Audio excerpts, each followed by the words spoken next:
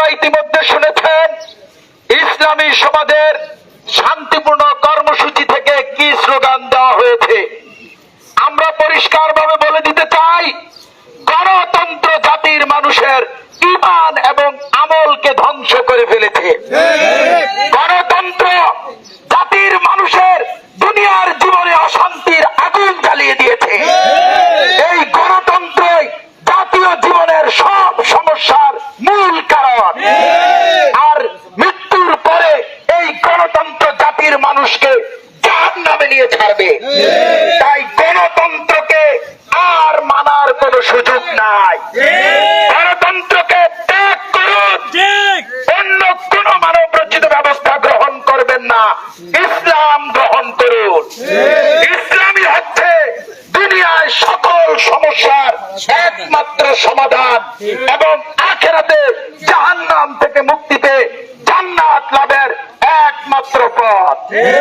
তাহলে আপনারা কি ইসলাম বাদ দিয়ে মানুষের তৈরি করা মতবাদ, গণতন্ত্র, রাজতন্ত্র, সমাজতন্ত্র ইত্যাদি কুফরি এবং শিরকি মতবাদ মেরে দুনিয়া এবং আখিরাতের জীবনকে ধ্বংস করে ফেলবেন?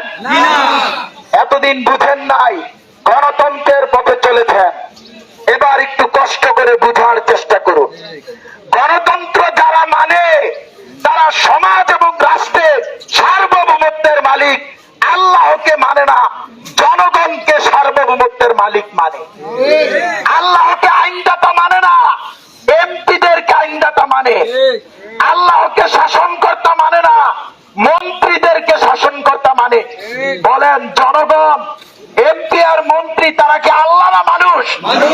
তাহলে গণতন্ত্র বা অন্য যে কোনো মানব রচিত ব্যবস্থা যারা মেনে নিয়েছেন, যারা গ্রহণ করেছেন, আপনারা মানুষকে সার্বভৌমত্ব আইন বিধান কর্তৃত্বের মালিক মেনে আল্লাহকে সার্বভৌমত্ব আইন বিধান কর্তৃত্বের মালিক অমান্য করেছেন, ঠিক কিনা বলেন? তাইলে আল্লাহকে ক্ষমতার মালিক অমান্য করা, আইনদাতা শাসনকর্তা অমান্য করা, অর্থাৎ আল্লাহকে রব অমান্য করা, এটা কুফরি। এটা কি?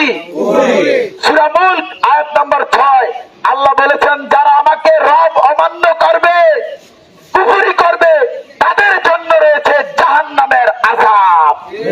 তাহলে আপনারা কি জান্নাত কামাই করছেন না জাহান্নাম? জাহান্নামে তো যাইতে চান না।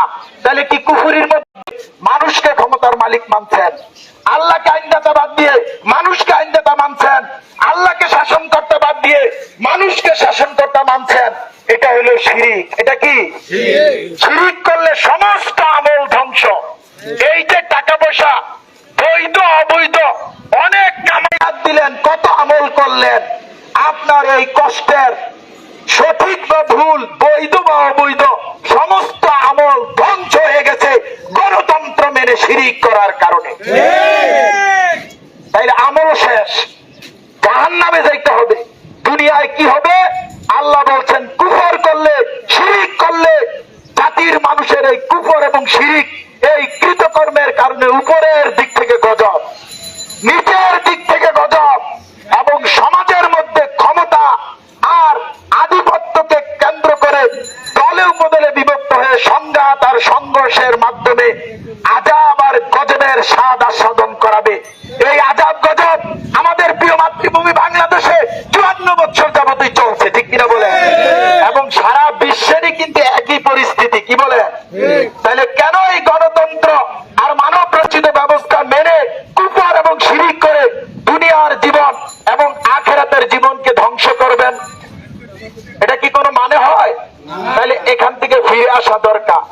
মানুষ হয়ে মানুষকে মালিক মেনে মানুষের গোলাম আর হওয়া যাবে না, কি বলেন? আল্লাহকে মালিক মেনে একমাত্র আল্লাহর গোলাম হতে হবে। আর মানুষ হয়ে মানুষের আইন বিধান পালন করে মানুষের গোলামি আর করা যাবে না। সমাজ এবং রাষ্ট্র, ব্যবসা বাণিজ্য, অফিস আদালত সবকিছু চলবে আল্লাহর বিধান আল কোরআন দিয়ে, কি বলে? ইসলামী রাষ্ট্র না হলে কি আল কোরআন দিয়ে সমাজ রাষ্ট্র চলবে? সব জায়গায় আল্লাহর ইবাদত করা যাবে? তাহলে গণতন্ত্রকে শুধু অমান্য করেই শেষ নয়, গণতন্ত্রকে খতম করতে হবে, দাফন করতে হবে। আর অন্য কোন মানব রচিত ব্যবস্থা এই সমাজ এবং রাষ্ট্রের সুযোগ দেয়া যাবে না। এই